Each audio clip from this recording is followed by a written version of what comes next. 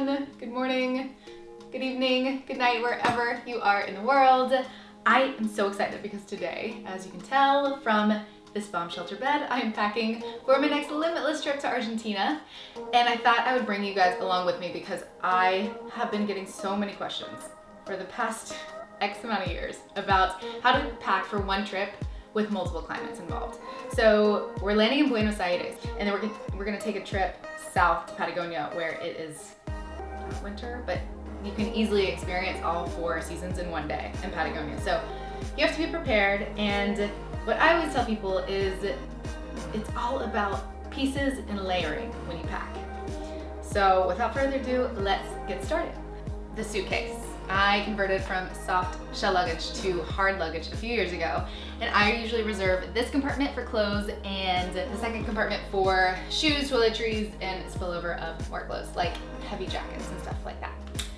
I always start with underwear, undergarments, panties. I hate all of those words involved. I also sleep in the nude, I'm not gonna lie. But when I'm traveling with other people, like family, or I'm on a cross trip and I'm sharing a room, I have to wear PJs. So I usually find something really lightweight that I can throw in and it doesn't take up any kind of space. So another word on undergarments real quick. If I'm traveling for a really long trip, I'm not gonna take 30 pairs of underwear. That's just not gonna happen. I don't think I own 30 pairs of underwear. So I typically will bring little packets of detergent and wash them in the sink wherever I am. Next up, sports bras and bras. So this is a 2-week trip to Patagonia, and based off time, I will then coordinate how many bras I pack and how many leggings I pack, because let's be honest, that's my uniform almost all the time. So right now I have 6 pairs of bras, and I'm not gonna lie, I'll rewear these even after I work out. Don't tell anybody. With that being said, we're gonna start with a few pieces.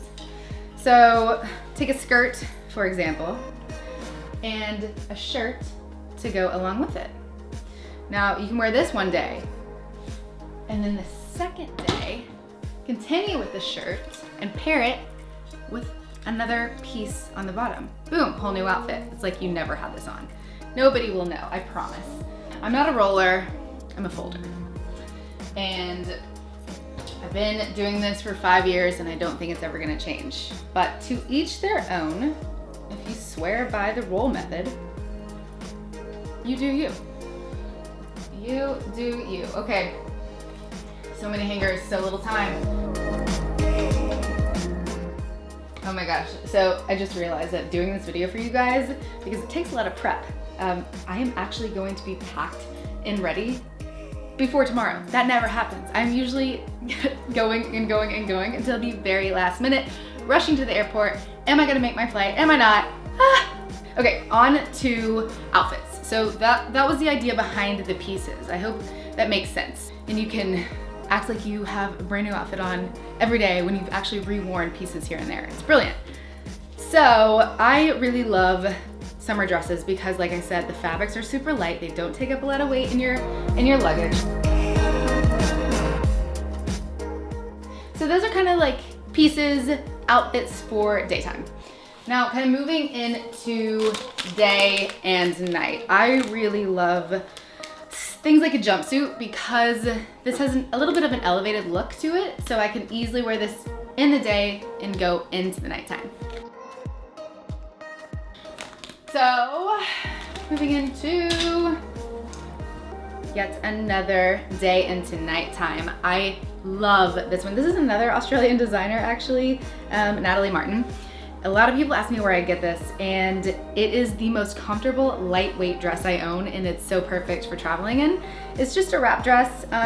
It's pretty conservative, and that's why I love to travel with it in foreign countries, because it just makes me feel good, put together, and covered, well dressed. So those are my favorite day into night pieces, and you can You can elevate these looks or even change these looks by bringing along kimonos. These are my two favorite kimonos because they can elevate an outfit like nobody's business. You can't go wrong with a little black kimono. So far we have pieces, we have outfits, we have day to nighttime wear, and we have some really great kimonos to put over us. So by now we have a few tops in the suitcase, but we need a few more just to be diverse and versatile. I love these Madewell tops, as you can tell. I have them in 2 colors and they're just easy to pair with just about anything. Et voila. Last but not least, for the summertime section, I always bring a standout dress just in case dancing tango in Buenos Aires. You never know. Okay, we are moving south to Patagonia, which means cold weather. Actually, it means really that you can experience all 4 seasons in one day. So you really have to be prepared. It is all about layering down south. Let's just start with the sweaters of the world. Winter is hard. I'm not gonna lie. Winter is so hard to pack for because of the obvious. Everything is bulky. It takes up so much room. You pack 3 sweaters and then boom, like that's your whole suitcase. It's not fair. It's really not fair. I am all for signing a petition where airlines give you more weight as the seasons change, right? I think that's brilliant. Anyway, I digress. I'm packing 3 sweaters for Patagonia, and I picked these because they're versatile in color. So as you can tell, I have a white one here, a light pink one, and a mustard yellow because super into mustard yellow right now. So I think these are all 3 varied textures, varied looks, and varied colors. Into the suitcase. There you go. All right. What goes with a sweater? Denim. Duh. So I've got a lot of pairs of denim right here. Let's see. 4 pairs of denim for a 2-week trip. I mean, denim's heavy, I'm not gonna lie.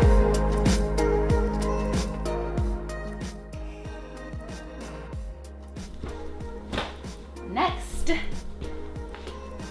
is the hiking section.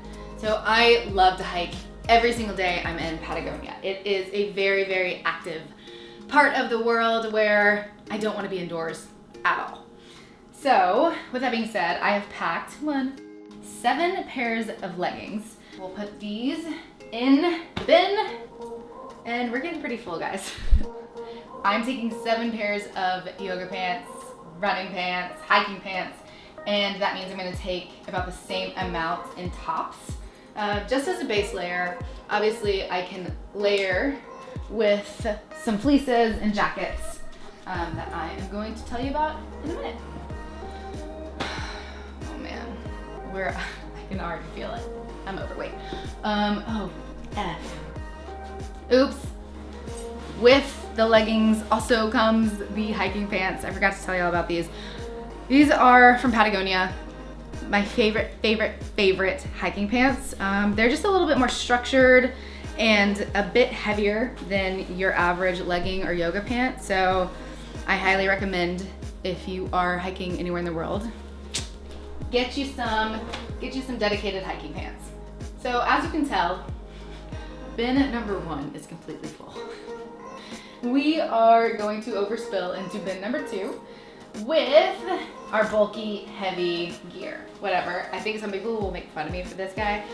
I know it's super retro and super 90s, but I love this jacket. I just bought it from Fila and I just feel super cool in it. So I'm gonna bring it to Argentina with me alongside some normal, more neutral fleeces as well. So I have this guy, super cozy, super warm, to bring with me during hikes and cold mornings. This one's a little bit lighter, so I'll probably put this in a backpack or something as well. And that really does it for base layers and jackets and fleeces. And like I said, it is time to spill over into bin number 2.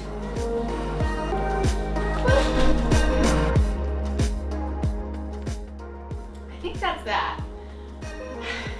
Now that I'm here and now that I'm doing this with you guys though, I feel like it's really imperative to bring a heavy jacket because I've been to Patagonia about 5-6 times now and the wind is ferocious. You can stand almost parallel to the ground and the wind is gonna hold you up. Like it is that fierce that I know I need another jacket.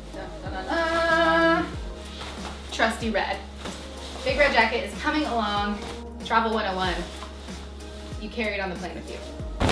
You never ever pack something that big in a suitcase. It's just not gonna happen. Next up, pro tip.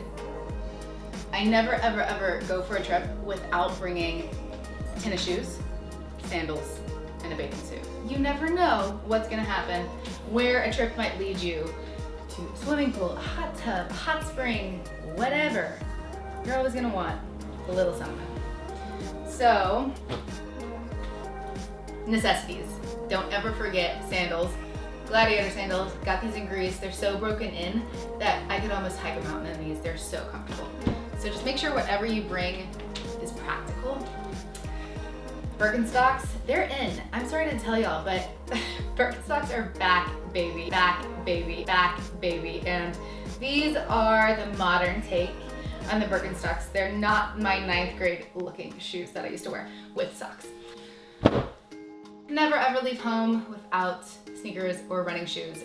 I like to get running shoes that can also double as sneakers, just because weight is so important when I travel. And so I make sure that I can go running in these and that I can also go walk around a city in these and it not look crazy. Like I'm not gonna buy neon orange running shoes because that's not gonna match a skirt I probably packed. Does that make sense?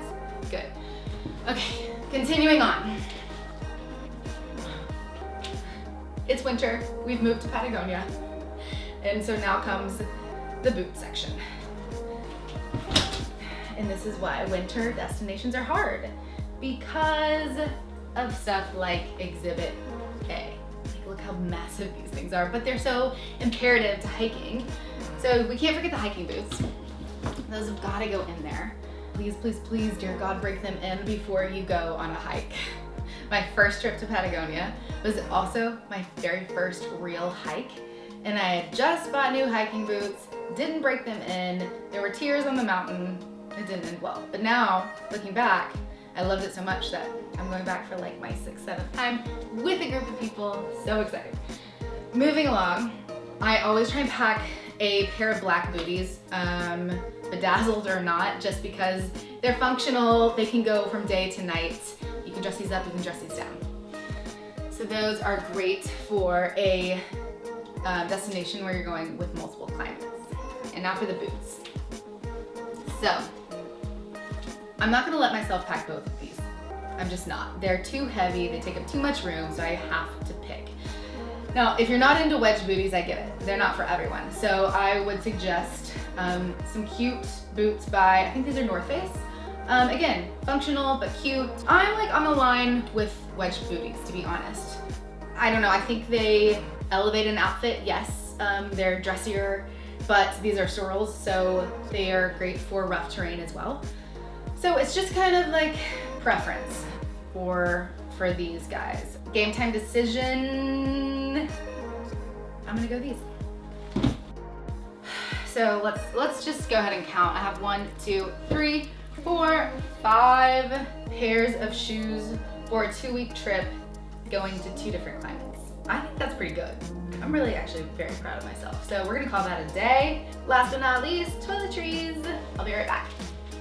Okay, by this point, I rarely unpack toiletries. Like this stays the same no matter if I'm here at home in LA or on a trip, which is kind of pathetic just because it's not very safe for my makeup. This toiletry bag tends to get really gross inside. But how cute is this? I love this guy so much. So for toiletries, I'm not gonna go through all of them because I'll do that in another video. And then my makeup bag, honestly, stays the same. I don't have a ton of makeup products. I have my favorites, and that's pretty much what I use. And so brushes in here, makeup in here. And that's that, guys. That is that. We got a brush. So there we have it. We have clothing, we have shoes, we have toiletries, and that leaves us to one final thing, adventuring. 1 second. All right, so here comes the Dora, the Explorer in me. I love to be out and about during the day and even into the night. So I always try and remember to bring along a backpack, whether that's a day pack, a hiking pack, whatever I might be doing. So this is more of a backpack for urban life, city life, exploring, and it's Fry. I love it because it's leather, which means it can get distressed because it's supposed to. That's the look of it. And as you can tell, it's super, super small. I can even put it in here, and to keep the shape, I can pack stuff in it. So I'll probably take that for Buenos Aires, as well as this fanny pack, because they're back and I'm stoked about it. This one is Rebecca Minkoff and I love it. And last but not least, we have a hiking pack, which is essential for Patagonia.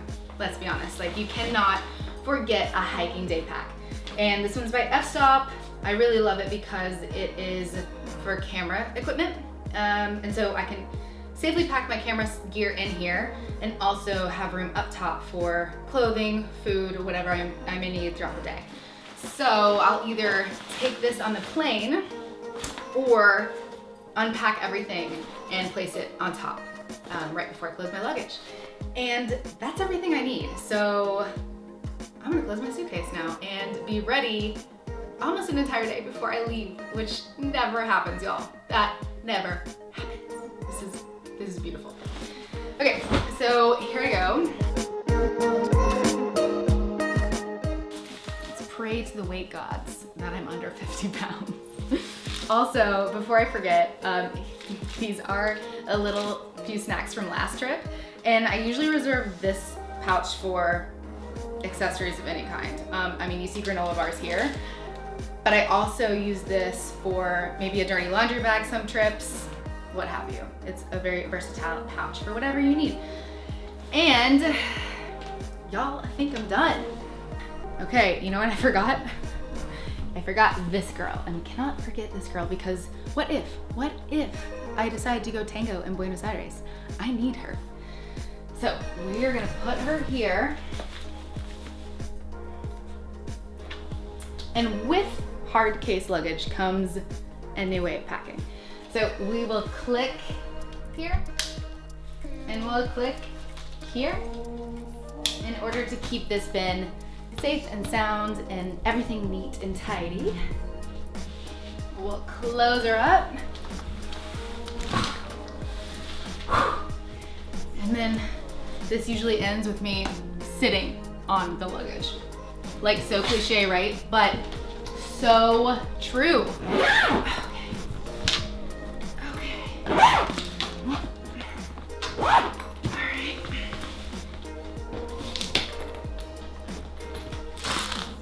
Always struggle less.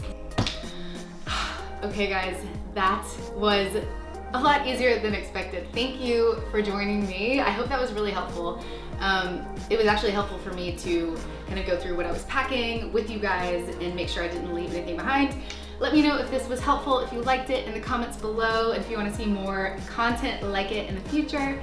Be sure to subscribe to The Road Less Traveled and wish me luck in Argentina. Safe travels, guys.